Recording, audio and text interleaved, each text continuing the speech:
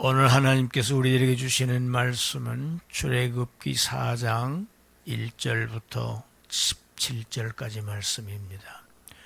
출애굽기 4장 1절부터 17절까지 말씀 중에서 먼저 9절까지 읽는데, 제가 5절까지 봉독하고 6절부터 9절까지는 합독합니다. 모세가 대답하여 이르되, 그러나 그들이 나를 믿지 아니하며 내 말을 듣지 아니하고 이르기를 여호와께서 내게 나타나지 아니하셨다 하리이다. 여호와께서 그에게 이르시되 내 손에 있는 것이 무엇이냐? 그가 이르되 지팡이니이다. 여호와께서 이르시되 그것을 땅에 던지라 하시매 곧 땅에 던지니 그것이 뱀이 된지라. 모세가 뱀 앞에서 피하매 여호와께서 모세에게 이르시되 내 손을 내밀어 그 꼬리를 잡으라. 그가 손을 내밀어 그것을 잡으니 그의 손에서 지팡이가 된지라. 이는 그들에게 그들의 조상의 하나님 곧 아브라함의 하나님, 이삭의 하나님, 야곱의 하나님 여호와가 내게 나타난 줄을 믿게 하려 함이라 하시고, 6절 여호와께서 또 그에게 이르시되 내 손을 품에 넣으라 하시매 그가 손을 품에 넣었다가 내어보니 그의 손에 나병이 생겨 눈같이 된지라. 이르시되 내 손을 다시 품에 넣으라 하시매 그가 다시 손을 품에 넣었다가 내어보니 그의 손이 본래의 살로 되돌아왔더라. 여호와께서 이르시되 만일 그들이 너를 믿지 아니하며 그 표적에 아니하여도 나중 표적의 표징은 믿으리라. 그들이 이 두 이적을 믿지 아니하며 내 말을 듣지 아니하거든 너는 나일강 물을 조금 떠다가 땅에 부으라. 내가 떠온 나일강 물이 땅에서 피가 되리라. 하나님께서는 모세를 바로에게 보내셔서 하나님의 백성 이스라엘 자손들을 애굽에서 인도해 내실 것을 모세에게 말씀하셨지만은 모세는 계속 주저합니다. 백성들이 내 말을 믿지도 않고 듣지도 않고 하나님께서 내게 나타나셨다는 것을 그들이 인정하지 않을 것입니다. 백성들에게 가기를 거부합니다. 하나님은 모세의 믿음을 먼저 세워주셔야 합니다.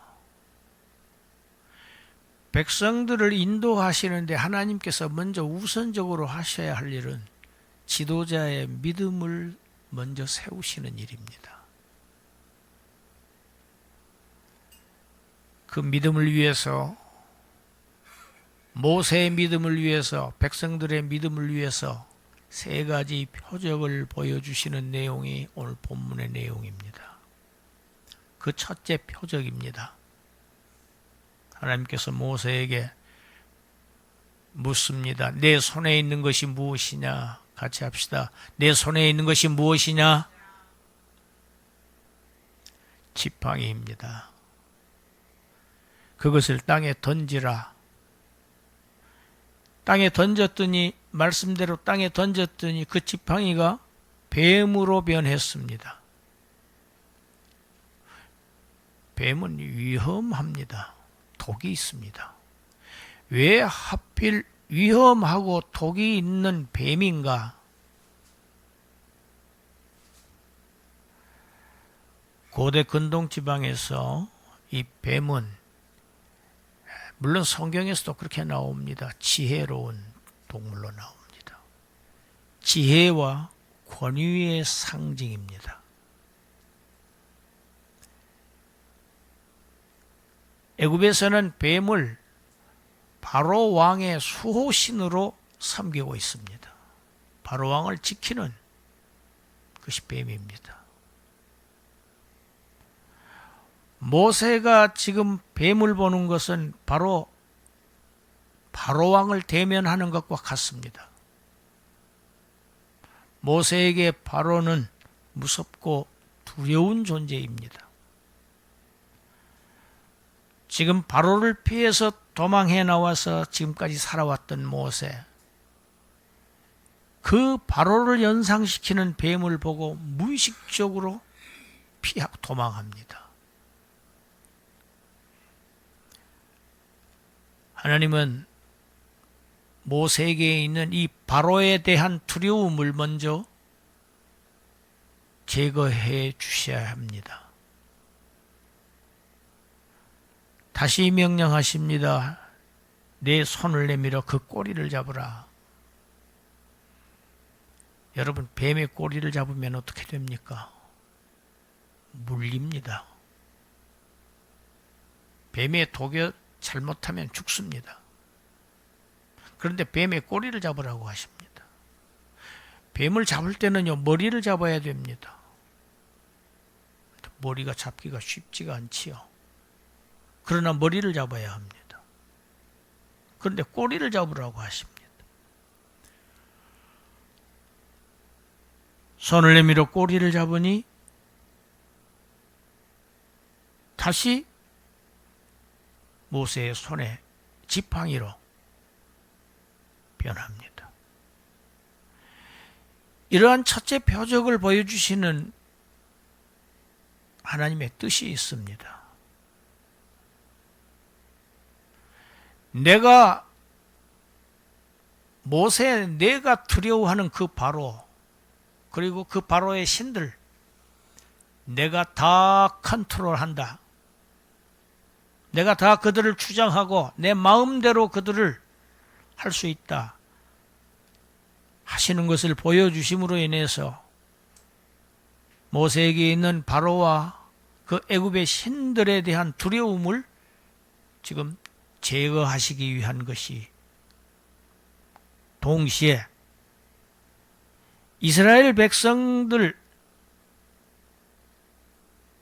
그 백성들의 조상들 아브라함과 이삭과 야곱의 하나님이 모세에게 나타나셨다는 사실을 백성들로 하여금 믿게 하시기 위한 것이 이 첫째 표적의 의미입니다. 하나님이 행하시는 모든 표적의 목적은 믿음을 위한 것입니다. 표적 그 자체에 있지 않습니다. 사람들은 표적에 집중합니다. 그러나 집중해야 될 것은 믿음입니다. 믿게 하시기 위해서 표적을 행하시는 겁니다. 둘째 표적을 보이십니다. 내 손을 내서 내 손을 얘기합니다. 손, 일을 하는 손. 앞으로 모세의 손이 일을 해야 됩니다. 모세의 손은 하나님의 손이 되어야 합니다. 내 손을 품에 넣으라. 품에 넣었다가 내어보니까 손에 나병 아주 심하게 번졌습니다. 다시 품에 넣어라. 넣었다가 다시 손을 내어보니 본래 살로 희게 깨끗하게 회복된 것을 보았습니다. 여러분, 이 나병은 이스라엘 백성들에게는 하나님의 심판을 상징하는 악한 병입니다. 그래서 이 나병 환자는 이스라엘 공동체에서 그들과 함께 살 수가 없습니다. 그들을 떠나서 살아야 합니다. 역대하에 보면은 이스라엘 왕이, 우시야 왕이 나병에 걸렸습니다. 이유는 제사장이 해야 하는 성전에서 분향을 이 왕이 행합니다. 그래서 그 성경을 보면은 여호와께서 치심으로, 하나님의 진노입니다. 하나님의 진노, 징벌, 치심으로 죽는 날까지 그가 별궁에 거하였다고 되어 있습니다. 또 성경에 보면 하나님께서 모세에게 도전했던 누이 미리암에게 이 나병으로 미리암을 심판하시는 내용이 나옵니다. 나중에 다시 치료해 주십니다. 이런 사실들은 하나님이 심판하시고 하나님이 구원하신다는 사실을 지금 보여주시는 겁니다. 심판하시는 이도 하나님이시고 구원하시는 이도 역시 하나님이시라는 사실을 보여주십니다. 모세에게 말씀합니다. 처음 표적은 너희 백성들이 받지 않을지라도 이 두 번째 표징은 믿을 것이다. 이 둘로 그치지 않고 세 번째 표적을 보여주십니다. 나일강 물을 조금 퍼다가 땅에다 부으라. 말씀대로 행했더니 물이 피로 변해버립니다. 나일강은 이 애굽 사람들의 생명입니다. 젖줄입니다. 그들의 생명과 같은 것입니다. 그래서 애굽 사람들은 이 나일강을 하피신이라고 해서 신으로 섬겼습니다. 애굽인들이 신으로 섬기는 이 나일강물이 피로 변했다는 것은 죽었다는 의미입니다. 그 신이 죽었다는 것을 지금 나타내는 표적을 보여주십니다. 하나님이 애굽의 신들을 다 멸하신다. 애굽의 모든 신들, 그들이 숭상하는 최고의 신들 하나님께서 다 심판하신다는 것을 지금 보여주시는 그러한 세 번째 표적을 행하십니다. 우리 본문 나머지 10절부터 17절을 읽는데 제가 12절까지 봉독하고 13절부터는 합독합니다. 모세가 여호와께 아뢰되 오 주여 나는 본래 말을 잘하지 못하는 자니이다. 주께서 주의 종에게 명령하신 후에도 역시 그러하니 나는 입이 뻣뻣하고 혀가 둔한 자니이다. 여호와께서 그에게 이르시되 누가 사람의 입을 지었느냐? 누가 말 못하는 자나 말 못 듣는 자나 눈 밝은 자나 맹인이 되게 하였느냐? 나 여호와가 아니냐? 이제 가라. 내가 내 입과 함께 있어서 할 말을 가르치리라. 13절입니다. 모세가 이르되 오 주여 보낼 만한 자를 보내소서. 여호와께서 모세를 향하여 노하여 이르시되 레위 사람 내 형 아론이 있지 아니하냐? 그가 말 잘하는 것을 내가 아노라. 그가 너를 만나러 나오나니 그가 너를 볼 때 그의 마음에 기쁨이 있을 것이라. 너는 그에게 말하고 그의 입에 할 말을 주라. 내가 네 입과 그의 입에 함께 있어 너희들이 행할 일을 가르치리라. 그가 너를 대신하여 백성에게 말할 것이니 그는 내 입을 대신할 것이요 너는 그에게 하나님같이 되리라. 너는 이 지팡이를 손에 잡고 이것으로 이적을 행할지니라. 아멘.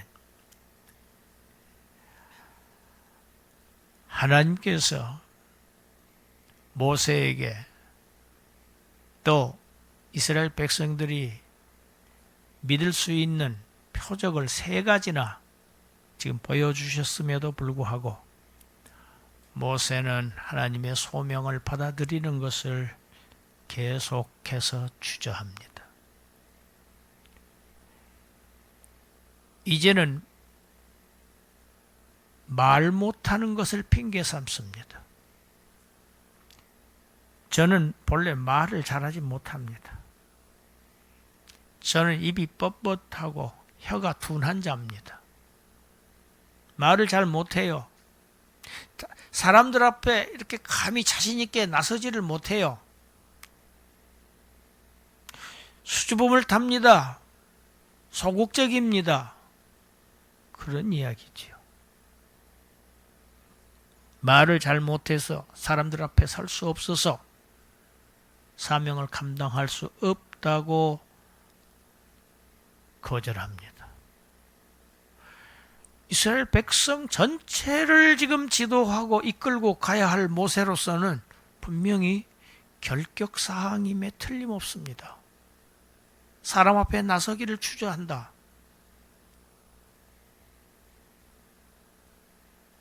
말을 잘 못한다. 말로 그들을 이끌어야 할 텐데, 설득해야 할 텐데, 이런 현상이 모세에게만 있었던 것은 아닙니다. 그 후에도 계속해서 나타납니다. 하나님께서 선지자들을 부르실 때 이런 현상들이 나타나는 것을 우리 예레미야서에서 우리가 볼 수 있습니다. 예레미야 선지자를 하나님께 부르십니다. 예레미야 1장 5절부터 7절 읽어봅시다. 내가 너를 모태에서 짓기 전에 너를 알았고 내가 배에서 나오기 전에 너를 성별하였고 너를 여러 나라의 선지자로 세웠노라 하시기로 내가 이르되 슬프도소이다 주 여호와여 보소서 나는 아이라 말할 줄을 알지 못하나이다 하니 여호와께서 내게 이르시되 너는 아이라 말하지 말고 내가 너를 누구에게 보내든지 너는 가며 내가 네게 무엇을 명령하든지 너는 말할지니라. 너는 말 못한다고 말하지 말라.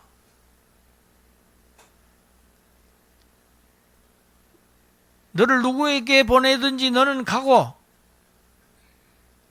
무슨 말을 내가 시키든지 너는 그대로 전해라, 말해라. 여러분, 이것이 선지자입니다. 이것이 대언자입니다. 종입니다. 우리 9절 10절 같이 읽습니다. 여호와께서 그의 손을 내밀어 내 입에 대시며 여호와께서 내게 이르시되 보라 내가 내 말을 내 입에 두었노라. 보라 내가 오늘 너를 여러 나라와 여러 왕국 위에 세웠어. 내가 그것들을 뽑고 파괴하며 파멸하며 넘어뜨리며 건설하고 심게 하였느니라 하시니라.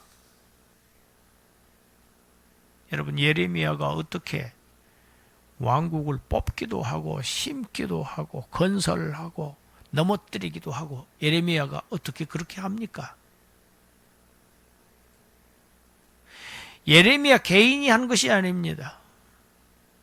예레미야의 입에 있는 하나님의 말씀이 그 일을 한다는 겁니다. 할렐루야. 하나님의 말씀에는 능력이 있어요. 천지를 창조하시는 능력이 있습니다. 하나님의 말씀에는 왕국을 멸하시는 능력도 있고 구원하시는 능력도 있습니다. 심판하시는 능력이 있고 구원하시는 능력이 있어요. 모세도 마찬가지입니다. 하나님께서는 자기의 종들을 보내실 때 그 종만 혼자만 보내시는 일이 결코 없습니다. 할렐루야. 연약한 인간에게 하나님의 일을 모두 다 맡겨두시면 어떻게 되겠습니까? 하나님은 그런 방식으로 일하시지 않습니다. 하나님은 모세를 절대로 혼자 보내시지 않아요. 바로 앞에. 지금 모세는 바로 앞에 나서는 걸 두려워하고 있습니다. 벌벌 떨고 있습니다. 하나님이 그 모세와 함께 계셔서 앞으로 모든 일을 이루실 것입니다. 할렐루야. 하나님께서 모세를 책망하십니다.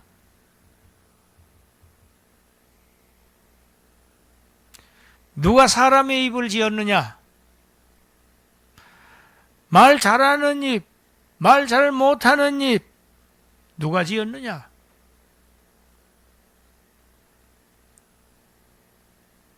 어떤 사람은 잘 듣게 하고 어떤 사람은 잘 못 듣게 하고 그 귀는 누가 지었느냐? 어떤 사람은 잘 보게 하고 어떤 사람은 잘 못 보게 하는 그 눈은 누가 지은 것이냐? 내가 창조주가 아니냐? 내가 왜 걱정하느냐? 오늘 예배 시작하면서 너 근심 걱정 말아라 찬송했습니다. 여러분, 믿음이 없으면 걱정할 것 태산입니다. 근심할 것 태산입니다. 잠 못 잡니다. 잠 못 자요. 모든 근심이 꼬리에 꼬리를 묶고 걱정이 걱정을, 일어나지도 않을 일을 근심하고 걱정합니다. 이게 인생입니다. 내가 왜 걱정하느냐? 여러분, 하나님의 백성들은 염려해서 안 됩니다. 염려하지 말라. 내일 일을 왜 염려하느냐? 염려하지 말고 기도하라. 할렐루야. 기도하라고 하시는 일은 내가 그의 그 염려와 그 걱정거리를 내가 짐지겠다는 약속입니다. 그 주님이 우리 아버지십니다. 아버지가 지겠다는데 왜 못 믿느냐예요. 이제 가라. 내가 내 입과 함께 있어서 내가 할 말을 내가 직접 너에게 가르치리라. 여러분, 주의 종들의 입에는 하나님이 함께 하십니다. 입을 사용하셔요. 입으로 사용하시는 겁니다. 그래서 종이 전하는 말은 곧 하나님의 말씀이에요. 모세가 전하는 말은 곧 하나님의 말씀입니다. 그래서 모세의 말을 거역하는 그 누나 미리암을 문둥병에 걸리게 만드신 거예요. 왜? 그건 바로 하나님에 대한 도전이기 때문에 그렇습니다. 대리자이기 때문에 그렇습니다. 대언자이기 때문에 그렇습니다. 대행자이기 때문에 그렇습니다.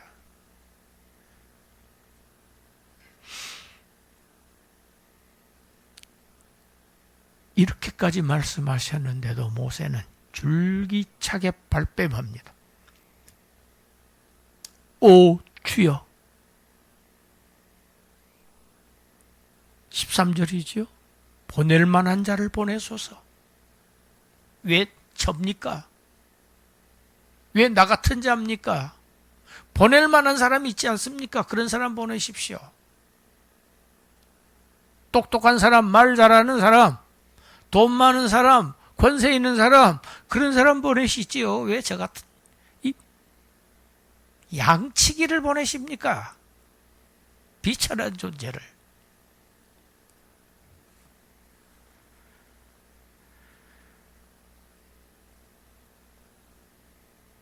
애굽에서 모세는 자신감이 넘쳤습니다. 너무 대조되지요.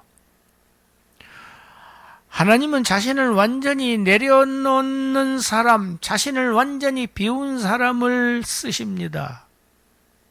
그러나 오늘 본문의 모세는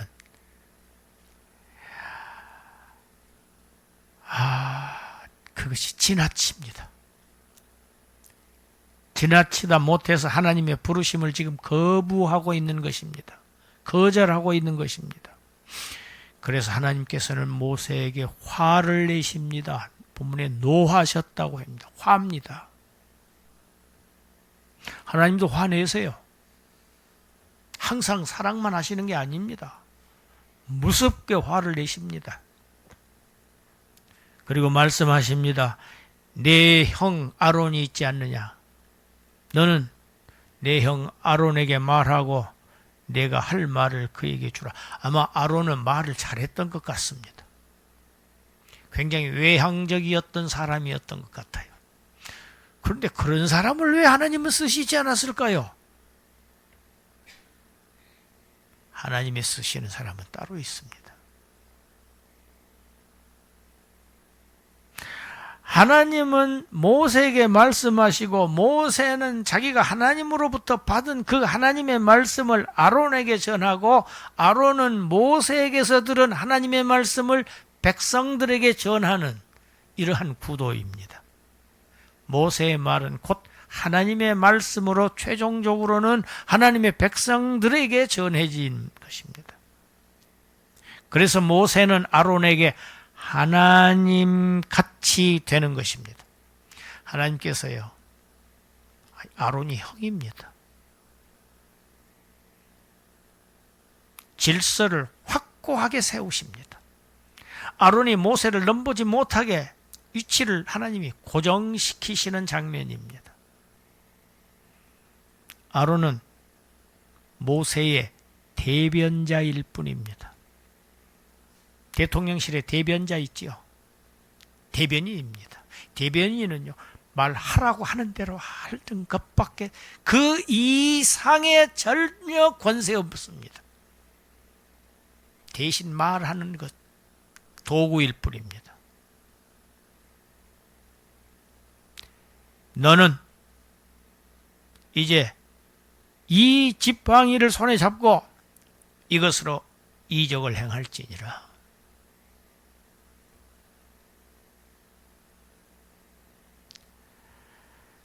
오늘 본문 제목, 내 손에 있는 것이 무엇이냐. 모세의 손에 있는 건 지팡이였습니다. 그 지팡이 하나님께서 주신 지팡이가 아닙니다. 원래 모세가 양을 칠 때 원래 자신이 가지고 있었던 지팡이입니다. 그 지팡이가 이스라엘 민족 전체를 인도합니다. 그 지팡이를 가지고 이제 모세가 그 양을 치던 그 지팡이는 바로를 심판하는 지팡이가 되고 하나님의 백성 이스라엘을 구원해서 인도하는 능력의 지팡이로 변화합니다. 하나님은 우리들에게 있는 자원을 강하게 하셔서 하나님의 거기에 능력을 부으셔서 사용하십니다. 전혀 용도가 달라집니다. 파워가 달라집니다. 하나님이 개입하시면.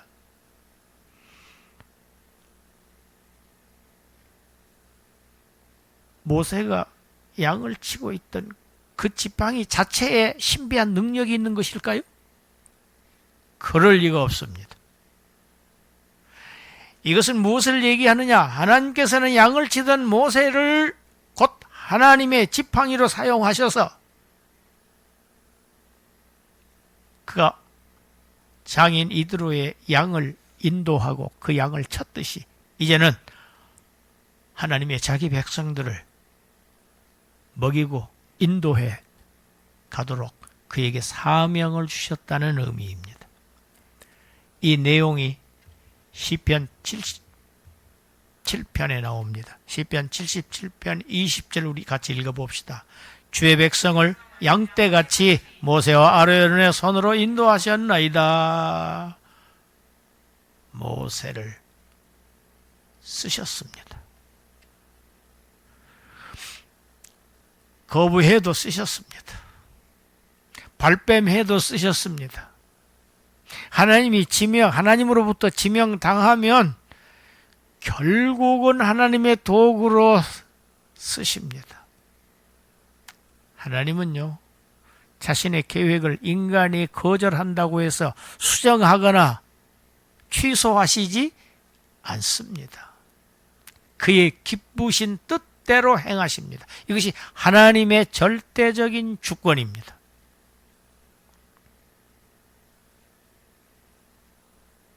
모세를 쓰셨던 하나님, 그 하나님은 양을 치던 모세를 쓰셨던 하나님은 양을 치던 다윗을 또한 불러서 이스라엘 백성의 지도자로 세우시는 내용이 시편 78편에 나옵니다. 시편 78편 70절부터 72절까지 읽습니다.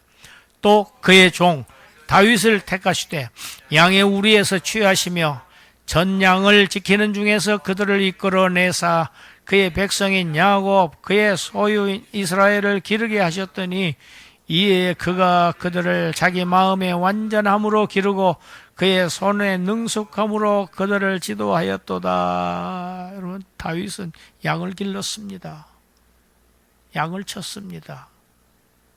그를 불러서 하나님의 양들, 그 양떼들을 기르게 하시고 지도하게 하십니다. 다윗을 부르셨습니다.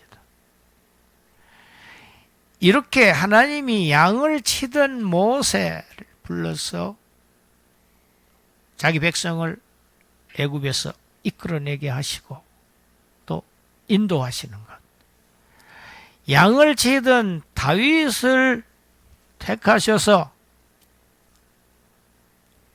이스라엘을 양육하고 하나님의 백성을 돌보는 왕으로 세우시고 그들을 지도하게 하신 이것은 곧 이 모습은 장차 오실 메시아의 오심을 예고한 것입니다. 예고편입니다. 그 예고편이 에스겔서 34장에 나와 있습니다. 에스겔 34장 23절 4절 우리 같이 읽습니다. 내가 한 목자를 그들 위에 세워 먹이게 하리니 그는 내 종 다윗이라. 그가 그들을 먹이고 그들의 목자가 될지라. 나 여호와는 그들의 하나님이 되고 내 종 다윗은 그들 중에 왕이 되리라. 나 여호와의 말이니라. 내 종 다윗은 그들 중에 왕이 되리라. 한 목자 다윗. 여러분, 이 다윗은 이 예언서에서 이 자기의 양떼의 목자로 오실 그리스도에 대한 칭호입니다. 예언적인 칭호입니다. 그리스도를 말하는 것입니다. 그 하나님의 목자, 하나님의 종, 왕으로 오셨습니다. 오신 목자 말씀하십니다. 요한복음 10장 11절 읽어봅시다. 나는 선한 목자라. 선한 목자는 양들을 위하여 목숨을 버리느니라. 싹군과 선한 목자는 다릅니다. 선한 목자는 양들을 위해서 희생하는, 목숨을 버리기까지 희생하는 목자가 진짜 목자입니다. 참 목자입니다. 선한 목자입니다. 이 선한 목자 되신 우리 주님이 우리 양들을 대신해서 십자가를 지셨어요. 목숨을 버리셨어요. 우리를 살리기 위해서 자기 목숨을 버리셨어요. 버리심으로 우리가 삶을 얻었습니다. 사도 베드로는 베드로전서 2장 25절에 이렇게 말합니다. 같이 읽습니다. 너희가 전에는 양과 같이 길을 잃었더니 이제는 너희 영혼의 목자와 감독 되신 이에게 돌아왔느니라. 우리들은 길 잃은 양이었습니다. 길을 잃어버린 양들이었어요. 그런데 선한 목자 주님, 그 주님께서 우리를, 길을 잃은 양을 목자가 찾아요. 양이 돌아오지를 않아요. 누가복음에 보면 그러잖아요. 99마리 있는데 한 마리 잃어버린 양을 누가 찾던가요? 양이 목자에게 돌아옵니까? 아닙니다. 목자가 찾습니다. 하나님의 열심으로, 목자의 열심으로 저와 여러분들은 찾은 바 된 자들입니다. 하나님의 열심히 우리를 찾으셨어요. 하나님의 긍휼이. 그래서 우리는 우리 영혼의 목자, 선한 목자, 우리의 감독 되신 이에게 돌아왔습니다. 선한 목자이신 주님을 찬양합니다. 기도하겠습니다. 하나님, 양을 치던 모세를 불러서 하나님의 백성을 애굽에서 이끌어내시고 광야를 통과하게 하신 하나님, 양을 치던 다윗을 택하셔서 백성들을 기르게 하시고 백성들을 지도하게 하신 하나님, 우리의 영혼의 목자이신, 영혼의 감독이신 예수 그리스도를 보내셔서 양과 같이 길을 잃었던 저희들을 하나님께 다시 돌아오게 하신 이 놀라운 은혜와 사랑, 저희들이 오늘 말씀을 통해서 다시 한번 깨우쳐 주시니 감사합니다. 이제 목자에게 돌아온 자들로서 이제 저희들의 삶의 목적이 변하게 하시고 우리의 사는 방식이, 삶의 방식이 달라지게 하시고 우리의 궁극적인 목표가 땅이 아니고 하늘임을 다시 한번 깨닫고 확고하게 그 목표를 향해서 나아가는, 굳세게 나아가는 그러한 믿음의 소유자들이 되게 하여 주시옵소서. 예수님 이름으로 기도드리옵나이다. 아멘.